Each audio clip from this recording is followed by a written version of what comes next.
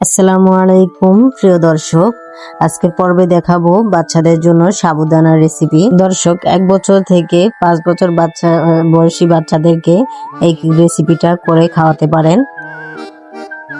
আমার চ্যানেলে অন্য রেসিপিও দেওয়া আছে, আপনারা গিয়ে দেখে আসতে পারেন। আজকে পর্বে দেখাবো 1 বছর থেকে 5 বছর বাচ্চাদের জন্য সাবুদানার সঠিক পদ্ধতির রেসিপি। এখানে আমি একটা বাটিতে নিয়ে নিয়েছি 3 চামচ পরিমাণ সাবু। এখন সাবুদানাগুলোকে ধুয়ে নেব পানি দিয়ে, 3 বার ধুয়ে নেব আমি পানি দিয়ে। এভাবে আলতো হাতে কষলে কষলে আমি পানি দিয়ে ধুয়ে নেব। আমার ধোয়া হয়ে গেছে। আমি 10 মিনিটের মতো ভিজিয়ে রেখেছিলাম যাতে করে সাবুদানাটা ভালো করে সিদ্ধ হয়ে যায়।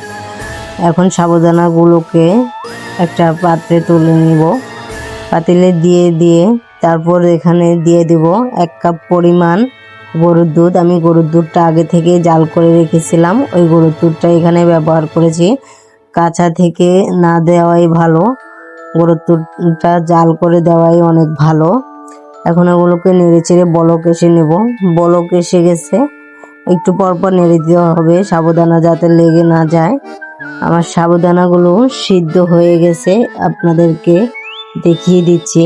যখন সাবুদানাগুলো পানির রূপ ধারণ করবে, সাদা থেকে পানির রূপ যখন ধারণ করবে, তখনই বুঝবেন সাবুদানাগুলো হয়ে গেছে। এখন এটার মধ্যে টেস্ট ভালো আসার জন্য দিয়ে দেব চিনি। আমি এখানে 1 চামচ চিনি নিয়ে নিয়েছি। আপনার বাচ্চা যদি চিনি না খেয়ে অভ্যস্ত, এখানে আপনি খেজুর ভিজিয়ে তারপর অ্যাড করতে পারেন এবং কি তাল মিষ্টি অ্যাড করতে পারেন। আমার রান্নাটা শেষ, এখন বাচ্চাকে খাওয়ানোর জন্য একদম রেডি। আশা করি আপনাদের ভিডিওটি ভালো লেগেছে। শেষ পর্যন্ত থাকার জন্য ধন্যবাদ। যারা চ্যানেলটি সাবস্ক্রাইব করেছেন তাদের সবাইকে ধন্যবাদ। আর যারা এখনো সাবস্ক্রাইব করেননি, সাবস্ক্রাইব করে পাশে থাকবেন বন্ধু হয়ে। ভিডিওটি ভালো লাগলে যাওয়ার আগে একটা লাইক এবং কমেন্ট করে যাবেন।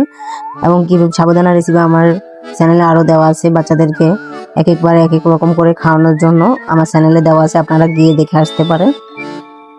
এই ছিল আজকে আমার ভিডিও। সবাই ভালো থাকবেন, সুস্থ থাকবেন। আল্লাহ হাফেজ।